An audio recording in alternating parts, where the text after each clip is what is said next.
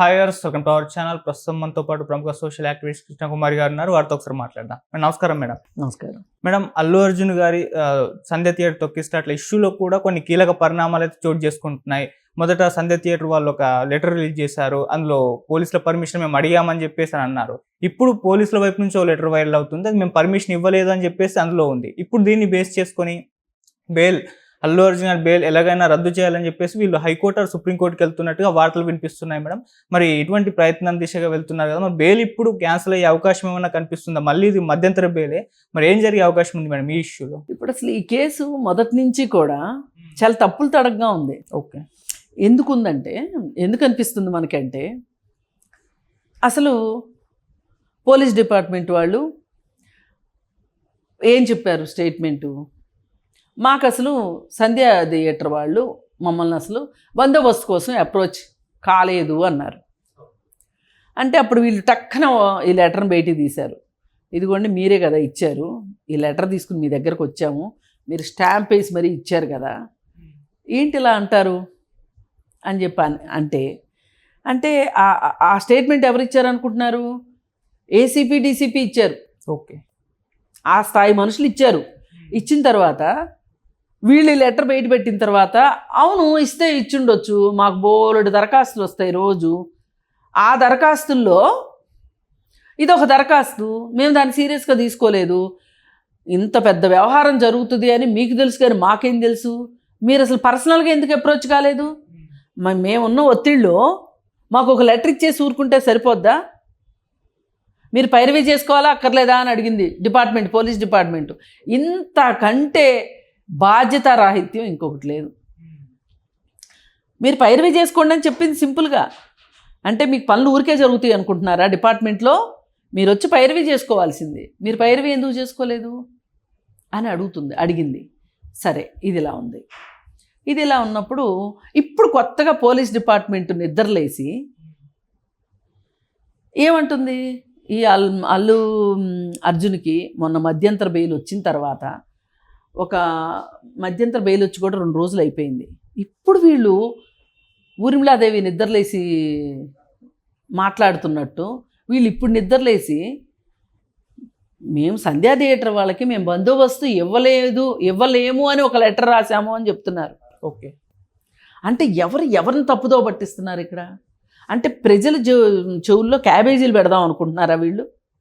అసలు police department ఇన్ని నాటకాలు, ఇన్ని కుప్పిగంతులు వేయడం చూస్తే చాలా బాధ అనిపిస్తుంది. ఒక డిపార్ట్మెంటు లా అండ్ ఆర్డర్ని, ఇప్పుడు ఒక్క కేసు విషయంలో ఇన్ని తప్పులు తడకలు జరుగుతుంటే అసలు ఇక లా అండ్ ఆర్డర్ వీళ్ళు ఏం చేస్తారు? ఇది ఆలోచించాల్సిన విషయం కదా. ఎంత బాధాకరమైన విషయం, మాట్లాడుకోవడానికి చాలా దరిద్రంగా ఉంది. అసలు మీరు ఫస్ట్ మీకు లెటరే రాలేదన్నారు, ఆ లెటర్కి మీరు లెటర్కి ప్రత్యుత్తరం కూడా రాశారు, ఉత్తరానికి ప్రత్యుత్తరం కూడా రాశారు. అంటే ఈ సంగతులు ఏవి మీరు మీ ఏసీపీ డీసీపీ లెవెల్ లీడర్లకు చెప్పలేదా? చెప్తే వాళ్ళు అయినా కానీ వీళ్ళు ఇలాగే స్టేట్మెంట్ ఇచ్చేశారా? ఈ మొత్తం స్టోరీలో ఎంతమంది బలి కాబోతున్నారు అనేది రాబోయే రోజుల్లో మనం ఆ నాటకం కూడా చూస్తామన్నమాట. ఆ దరిద్రాన్ని కూడా ఈ కళ్ళతో చూడాలి. అంతటి దుస్థితిని కల్పించింది పోలీస్ డిపార్ట్మెంటు. ఇప్పుడు రాగాబోగా ఏమంటారు అంటే, మీరు అల్లు అర్జున్కి రాశారా లెటరు? అల్లు అర్జున్ బెయిల్ తీసుకొచ్చుకుంటే అల్లు అర్జున్ బెయిల్ క్యాన్సిల్ చేయమని మీరు ఎట్లా అడుగుతారు? దీనికి బాధ్యత వహించాల్సింది ఎవరు? సంధ్యా థియేటర్ కదా మీరు లెటర్ రాసింది. మరి సంధ్యా థియేటర్ అయితే అల్లు అర్జున్ బెయిల్ క్యాన్సిల్ చేయడం ఏంటి అసలు? అంటే అసలు మీ ఉద్దేశం ఏంటో అర్థం కావట్లా. అంటే ఎన్ని మాటలు మారుస్తుంది పోలీస్ డిపార్ట్మెంటు. ఖచ్చితంగా క్రోనలాజికల్గా ఆలోచిస్తే గనక ఈ కేసు ఎన్ని తప్పులు తడకలో, చిన్న పిల్లలు కూడా లెక్కలు కరెక్ట్గా చేస్తారు. అట్లాంటిది మీరు ఇంత పెద్ద పెద్ద డిపార్ట్మెంట్లు ఇన్వాల్వ్ అయ్యి, అంటే మీరు అసలు ఏ బేసిస్ మీద ఇవ్వలేమన్నారు? ఇంటెలిజెన్స్ రిపోర్ట్ని బట్టి ఇవ్వలేమన్నారా? సిబ్బంది తక్కువగా ఉంటే ఇవ్వలేమన్నారా? అర్ధరాత్రి సినిమా కాబట్టి ఇవ్వలేమన్నారా? ఎందుకు ఇవ్వలేమన్నారు మీరు? మరి ఈ విషయంలో ఊరి మంగళం మీద పడ్డట్టు సంధ్యా థియేటర్కి మీకు ఇన్ని ఉత్తర ప్రత్యుత్యాలు జరిగినప్పుడు అల్లు అర్జున్ బెయిల్ క్యాన్సిల్ చేయడం ఏంటి? ఇప్పుడు మీరు అల్లు అర్జున్ మీద ఏం పెట్టారు కేసులు? మీరు పెట్టిన సెక్షన్సే చక్కగా ఆయన్ని ఇంటికి తీసుకెళ్ళి మీరే ఇంట్లో కూర్చోబెట్టేలాంటి, ఆయనకి శిక్ష పడకుండా ఆయన్ని మీరు ఎంత రక్షించారో, మీకు తెలిసి రక్షించారో తెలియక రక్షించారో, ఏ అదృశ్య శక్తి మీతో ఈ పని చేయించిందో తెలియదు, కానీ అతని మీద ఏం పెట్టారు మీరు? ఇంటెన్షనల్గా ఒక మనిషిని గాయపరచాలని కానీ చచ్చిపోవాలని కానీ ప్రయత్నంతో మీరు ఆ ఉద్దేశంతో అక్కడికి వచ్చినట్లుగా మీరు మోపబడిన సెక్షన్ ఉంది. అసలు అది సాధ్యమేనా? రేవతి సినిమాకు వస్తుందని, రేవతి కాకపోతే ఇంకొక సంధ్య లేకపోతే ఇంకొక శ్రీదేవి ఎవరో సినిమాకు వస్తారని అల్లు అర్జున్కి ఎట్లా తెలుసు? నేను వస్తే ఖచ్చితంగా తొక్కిసలాట జరుగుతుంది, ఆ తొక్కిసలాటలోనే ఈ రేవతి లాంటి మహిళ చనిపోద్ది అని ఎట్లా ఊహిస్తాడు అసలు? చాలా ఈజీగా తను బయటికి తీసుకొచ్చే సెక్షన్ పెట్టారు మీరు. మరి మీకు చేతగాక పెట్టారా లేకపోతే ఏదన్నా లాబీ నడిచి పెట్టారా అనేది ఇప్పుడు మీరు చెప్పుకోవాలి. ఇవన్నీ అసలు ఆ కేసు పెట్టిందే తప్పుడు కేసు పెట్టి మీరు తప్పుడు సెక్షన్స్ పెట్టి ఇప్పుడు హైకోర్టు చాలా ఈజీగా రేపు పొద్దున క్వాష్ చేస్తుంది. ఎందుకు చేస్తుందంటే ఈ నేరం జరిగింది, ఈ వ్యక్తి ఈ నేరం చేయడానికి గ్రౌండ్స్ ఇవి కనిపిస్తున్నాయి, అందుకని మేము ఈ సెక్షన్స్ పెట్టాము, ఈ సెక్షన్స్ ద్వారా అతని నేరాన్ని మేము నిరూపిస్తాము, దానికి తగ్గ ఆధారాలు మీకు సమర్పిస్తాము, మీరు అతన్ని శిక్షించండి అని చెప్పి వీళ్ళు అడగాలి రేపు పొద్దున కోర్టుని. అంటే వాద ప్రతివాదాల్లో ఇవన్నీ బయటకు వస్తాయి. వచ్చినప్పుడు కోర్టు ఏం అడుగుతుందంటే సింపుల్గా అసలు ఆ ఇంటెన్షన్తో అల్లు అర్జున్ వస్తున్నాడని మీకేమన్నా కలబడిందా అని అడుగుతారు, కల వచ్చిందా అని అడుగుతారు, కల్లో ఈ సీన్ అంతా కనిపించి మీరు ఇది పెట్టారా అని అడుగుతారు. తుస్సు, కేసు తుస్సు.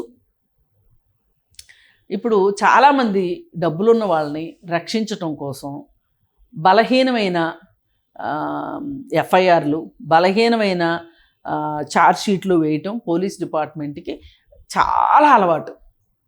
ఒక కంప్లైంట్ రాసిస్తే ఆ కంప్లైంట్కి అర్థం కాకుండా ఛార్జ్షీట్ వేసి పైగా ఇదంతా నాకు తెలిసే నేను సంతకం పెట్టాను అని చెప్పి ఆ పార్టీ చేతే రాయించి ఆ మధ్యలో ఎన్నో బూతులు రాసి సంబంధం లేని విషయాలు రాసి కేసులు వీగిపోయేటట్లు చేయటంలో పోలీసులకి వెన్నతో పెట్టిన విద్య.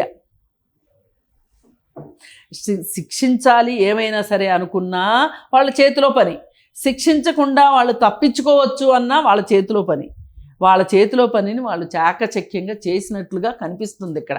ఓకే, ఇప్పుడు నిద్రలేసి హడావుడిగా బారెడు పొద్దెక్కాక నిద్రలేసి అప్పుడే పళ్ళు తోముకొని అప్పుడే పేపర్ చదువుతున్నట్లుగా ఉంది వీళ్ళ ఘటన చూస్తుంటే. చూసి ఇప్పుడు వెళ్ళి బెయిల్ రద్దు కొడుగుతారా? అది మధ్యంతర బెయిల్ కాబట్టి బెయిల్ రద్దు చేయించడం ఈజీ అని చెప్పి మీరు అనుకుంటున్నారు, కానీ అక్కడ అతనికి కండిషనల్ బెయిల్ ఇచ్చారు. కండిషనల్ బెయిల్లో అల్లు అర్జున్ ఏమన్నా అతిక్రమించాడా లేదా అని చూస్తారు. ఈ విషయం కోరటానికి మీకు 4 వారాల తర్వాత వాదనలు వినిపించేప్పుడు రండి బాబు, అప్పుడైతే కాస్త తీరిగ్గా ఉండండి, అంతేగాని ఇప్పుడు మీరు మాట్లాడటానికి ఏమీ లేదు అని చెప్పి చెప్తుంది రేపు హైకోర్టు. అర్థమైందండి? అంతే తప్పితే వీళ్ళు అడిగినంత మాత్రాన అసలు నువ్వు ఇది కూడా ఈ బెయిల్ రద్దు చేయాలి, రద్దు చేయడం అవసరము అని చెప్పి కొన్ని సోషల్ మీడియాలో కొంతమంది మాట్లాడుతున్న అత్యుత్సాహ మాటలు కూడా వాళ్ళకి ఏమాత్రం లీగల్ నాలెడ్జ్ లేకుండా మాట్లాడే మాటలు.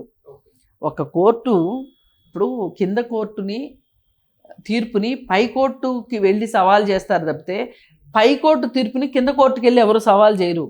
అందుకే కింద కోర్టు 4 వారాల 14 రోజులు రిమాండ్ విధిస్తే కూడా పై కోర్టు బెయిల్ ఇచ్చేసరికి ఇది కిందది రద్దయింది. కొంతమంది ఏమంటారు, అసలు ఒకసారి ఒకళ్ళు రిమాండ్ 14 days రిమాండ్ ఇచ్చిన తర్వాత పై కోర్టు ఎట్ట విచారణ చేస్తుంది అంటారు. కొంతమందికి అలా పనిచేస్తాయి చట్టాలు చుట్టాల్లాగా. సల్మాన్ ఖాన్కో, షారూఖ్ ఖాన్కో, లేకపోతే అల్లు అర్జున్కో, లేకపోతే అర్నబ్ గోస్వామికో కొంతమంది కోసం పనిచేస్తాయి. పేదవాళ్ళ కోసము వాళ్ళ కోసం పనిచేయవు ఇట్లాంటి చట్టాలకు కూడా తెలుసు ఎవరి వైపు పలకాలి. అంబ పలుకు జగదాంబ పలుకు అంటారు చూసారా, ఆ విధంగా అంబ బాగా పలుకుతుంది ఇలాంటి డబ్బులున్నోళ్ళ కోసం, పేరున్నోళ్ళ కోసం. అందుకని ఎవ్వరూ ఏం కంగారు పడక్కర్లేదు.